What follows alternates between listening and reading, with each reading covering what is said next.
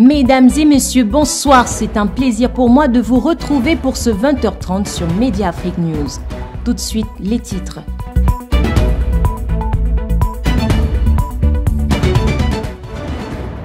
Au Sénégal, le ministère public a requis 10 ans d'emprisonnement contre l'opposant Ousmane Sonko pour viol et menaces de mort à l'endroit de Adji Sarr, le développement en images. 30 ans après son indépendance, l'Érythrée, considérée comme le pays le plus fermé d'Afrique, n'a pas connu d'avancée démocratique. Nous en parlerons dans cette édition d'information. Enfin, dans la page culture de ce journal, le Gabon a l'honneur au Festival de Cannes. L'entrepreneuse digitale, coach en images et autrice China Donia porte haut son pays.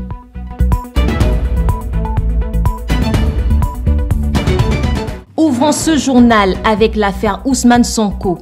10 ans de réclusion criminelle, ce sont les réquisitions du procureur du parquet de Dakar dans le cadre du procès Ousmane Sonko. À quelques mois des échéances présidentielles, l'opposant sénégalais n'est pas prêt de sortir de l'auberge.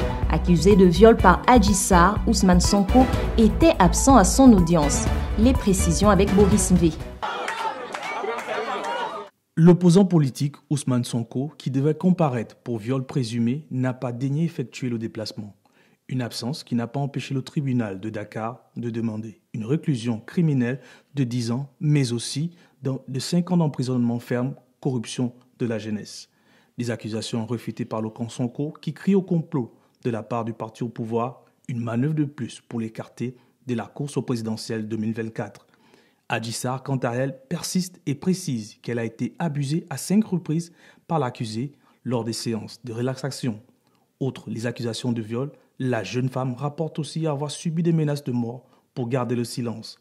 Le rendez-vous est pris pour le 1er juin, a ainsi indiqué le président de la chambre criminelle de Dakar, afin de faire la lumière sur cette affaire sous haute tension.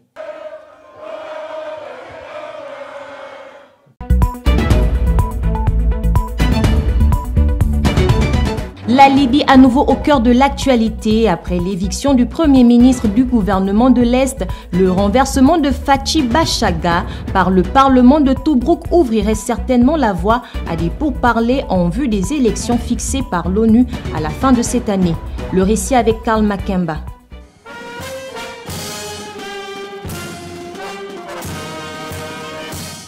Avec le vote au Parlement de Tobrouk le 15 mai dernier de l'éviction du Premier ministre Fathi Bachagha, les prémices d'un rapprochement semblent se dessiner en Libye entre le gouvernement de Tripoli conduit par Abdul Hamid et le camp de l'Est du maréchal Haftar.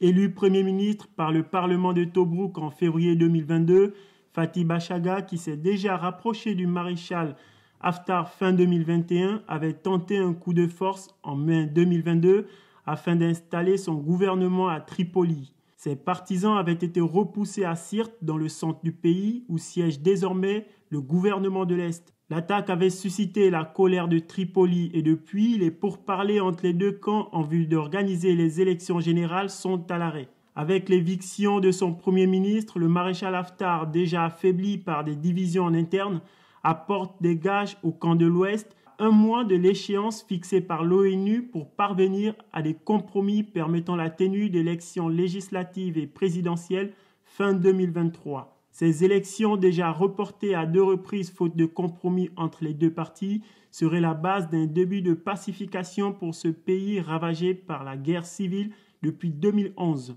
Pour rappel, la Libye, qui connaît une guerre civile depuis la chute de Mouammar Kadhafi en 2011, a vu le conflit s'internationaliser grâce à l'implication de puissances étrangères qui se mènent une guerre par procuration. Les groupes djihadistes, dont la présence était déjà visible dès la chute de Kadhafi, ont pris le contrôle de pans entiers du territoire, rendant ainsi le pays ingouvernable.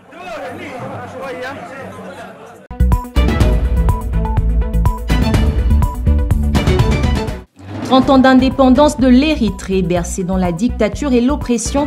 Qu'en est-il aujourd'hui de ce petit pays pauvre de la Corne d'Afrique? Reportage Boris V. Cette ancienne colonie, italienne et britannique, célèbre aujourd'hui ses 30 ans d'indépendance. Devenu l'un des États les plus fermés du monde, l'Érythrée est sous l'emprise du président Issaï Afwerki, héros de l'indépendance qui a instauré un régime du parti unique sans élection et opposition. En 30 ans d'indépendance, l'Érythrée n'a connu aucune avancée. Elle reste l'un des pays les plus pauvres au monde avec un PIB par habitant qui se compte en centaines de dollars. Le critère onusien de l'indice de développement humain se trouve aux alentours de la 176e place dans le monde sur 191 pays. Malgré un sol riche en or, cuivre et zinc, le pays reste le moins développé du continent et du monde. Sa population, estimée entre 4 et 6 millions d'habitants, vit essentiellement d'agriculture. En 30 années d'indépendance, symbolisée par la dictature et l'oppression des 28 ans de pouvoir d'Afwerki qui poussent les enfants de ce pays à la recherche de la liberté dans d'autres contrées.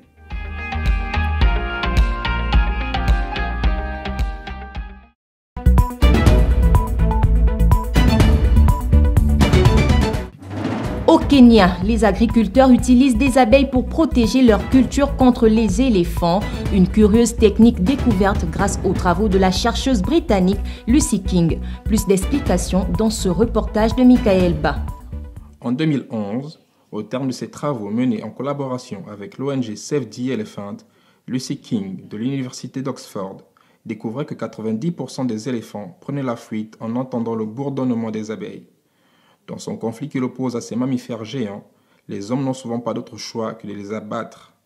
Une solution extrême qui cependant pourrait définitivement disparaître grâce à l'apiculture. Le problème avec les éléphants, c'est qu'ils ne mangent que 40% des cultures et qu'ils en piétinent 60%. Donc pour qu'un éléphant soit rassasié à 100%, il aura détruit beaucoup de choses. Normalement, nous aimons les abeilles parce qu'elles nous aident à protéger la ferme. Le conflit homme-faune étant un problème d'envergure internationale, les Nations Unies cherchent donc à implanter cette solution innovante et naturelle dans les autres pays d'Afrique, d'autant plus que les alternatives communément répandues comme les barrières électriques ou les tranchées, sont très coûteuses. Les abeilles, qui ont longtemps eu mauvaise presse du fait des films comme l'invasion des abeilles tueuses, bénéficient désormais d'une attention particulière au point que chaque 20 mai, elles sont mises à l'honneur à l'occasion d'une journée mondiale qui leur est dédiée.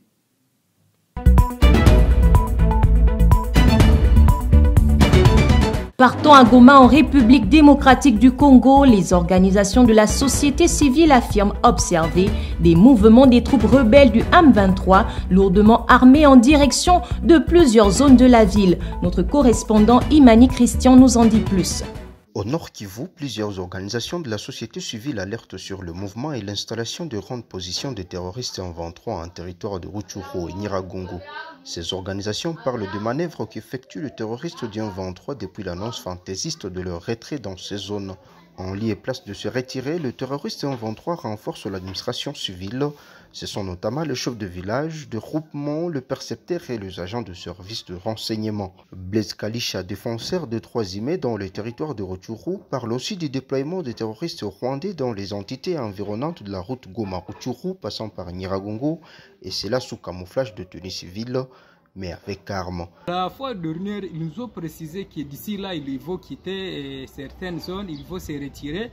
Mais malheureusement, au lieu de se retirer, les terroristes rwandais continuent à renforcer leur position dans les différentes zones qu'ils occupaient, mais aussi ils continuent à renforcer leur logistique dans les différentes zones qu'ils occupent jusqu'à maintenant. Nous craignons que d'ici là ou dans quelques minutes, les terroristes rwandais aient cette possibilité même d'arriver dans la ville de Goma. Les forces armées de la République démocratique du Congo et ses partenaires sont appelés à prendre au sérieux cette alerte pour éviter toute surprise de l'ennemi. Goma, Imani Christian pour Média Afrique News.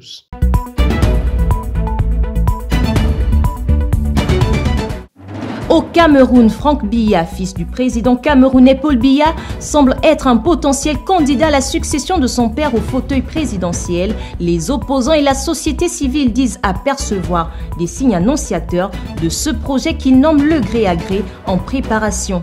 Détails et explications avec John Zue. Il pourrait devenir le prochain président de la République du Cameroun. Les cercles restreints du régime de Yaoundé avouent l'émergence d'Emmanuel Franck Biya, le fils de l'actuel chef de l'État Paul Biya au pouvoir depuis novembre 1982. Ce magnat âgé de 52 ans connaît bien les arcanes du pouvoir, d'autant plus qu'il a toujours été au devant de la scène politique et diplomatique. Aujourd'hui, leader du mouvement citoyen des franquistes pour la paix et l'unité du Cameroun, Franck Biya gagne du terrain dans la vie politique camerounaise et pourrait succéder à son géniteur selon certaines sources proches du palais présidentiel. Le fils de Paul Biya disposerait déjà même de la confiance aveugle du père qui lui confierait certains dossiers clés de la République. Franck Biya a l'attention particulière du président de la République puisqu'il lui a accordé la gestion des nominations, des accords bilatéraux ou encore des partenariats divers que le Cameroun signe avec d'autres pays. Il reçoit dans la plus grande discrétion les élus du peuple, les investisseurs, les hauts gradés de l'armée, mais également les membres du gouvernement. Sa présence dans l'ordre protocolaire pendant les cérémonies officielles est interprétée comme un signe de transmission du pouvoir par les opposants au régime. Franck Biya succédera-t-il à son père?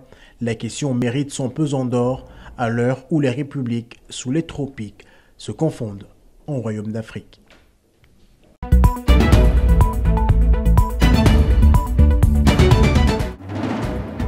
Dans la page santé de cette édition d'information en Afrique du Sud, l'épidémie du choléra sévit dans la ville d'Amanskral à une 50aine de kilomètres de Pretoria. Le bilan fait état de 15 morts et une trentaine de cas. Le point avec John Zue. Le choléra continue de faire des victimes. Cette fois-ci, c'est en Afrique du Sud que l'épidémie a fait des dégâts. Généralement causée par l'absorption d'aliments ou d'eau contaminée par une bactérie, le choléra est en forte recrudescence en Afrique depuis 2 ans maintenant. Les Nations Unies ont par ailleurs émis des alertes dans la mesure où 1 milliard de personnes dans 43 pays sont à risque. En février dernier, l'Afrique du Sud a enregistré son premier cas. Aujourd'hui, on en dénombre plusieurs. À 50 km de Pretoria, dans la ville d'Amanskral, on est en deuil. Kassigo Sadiki, 37 ans, dit avoir perdu son cousin à cause du choléra. J'espère que mon cousin n'est pas mort en vain. Il a souffert de diarrhée et de vomissements de façon continue. Il s'est rapidement affaibli, n'ayant plus la force de marcher, se laver ou même dormir. Il est mort en 1 semaine. Tout le monde a le droit d'avoir accès à de l'eau propre. Michael Sadiki, 53 ans, est lui aussi décédé par manque de lit à l'hôpital Jubilee. Il n'a pas été pris en charge à temps. Pas d'eau, pas de maison, nous n'avons rien. Le directeur général du ministère de la Santé sud-africaine, le docteur Sandile Buthelezi, a déclaré au cours d'une conférence de presse qu'un bon nombre de personnes étaient décédées. Sur un nombre de 34, 15 personnes étaient décédées depuis vendredi 19 mai dernier. L'infection montre un taux de mortalité très élevé. Les habitants d'Amanskral ont été exhortés par les autorités locales à ne surtout pas boire l'eau du robinet. Des camions-citernes feront leur apparition d'ici 1 semaine pour les alimenter en eau. L'épidémie du choléra est due, selon les spécialistes, au mauvais traitement des eaux usées dans la région, mais aussi au manque d'infrastructures y relatives. La corruption gangrène également la ville d'Amanskral, qui fera l'objet d'une enquête sur les problèmes d'eau par le ministère de l'eau et de l'assainissement. C'est un problème qui aurait pu être résolu il y a longtemps. En attendant, certains habitants font usage d'eau purifiée vendue par les commerçants. Cependant, faute de moyens, tous ne peuvent s'offrir ce précieux liquide.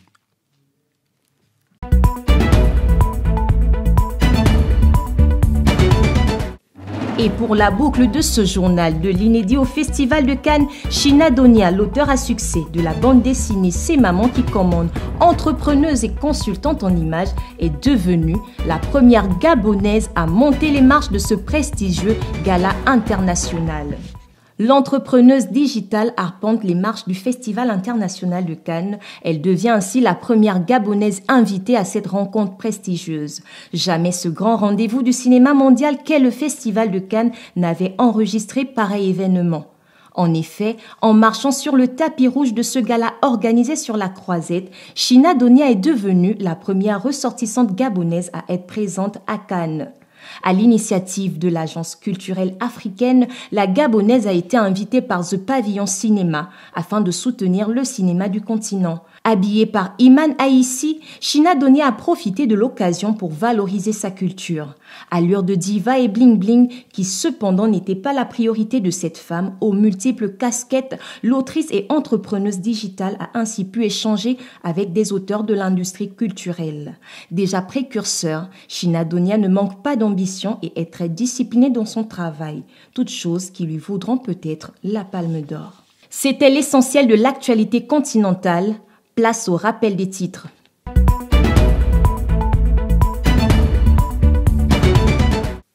Dans ce journal, nous avons parlé du Sénégal. Le ministère public a requis 10 ans d'emprisonnement contre l'opposant Ousmane Sonko pour viol et menaces de mort à l'endroit de Adji Sarr. Vous l'avez vu.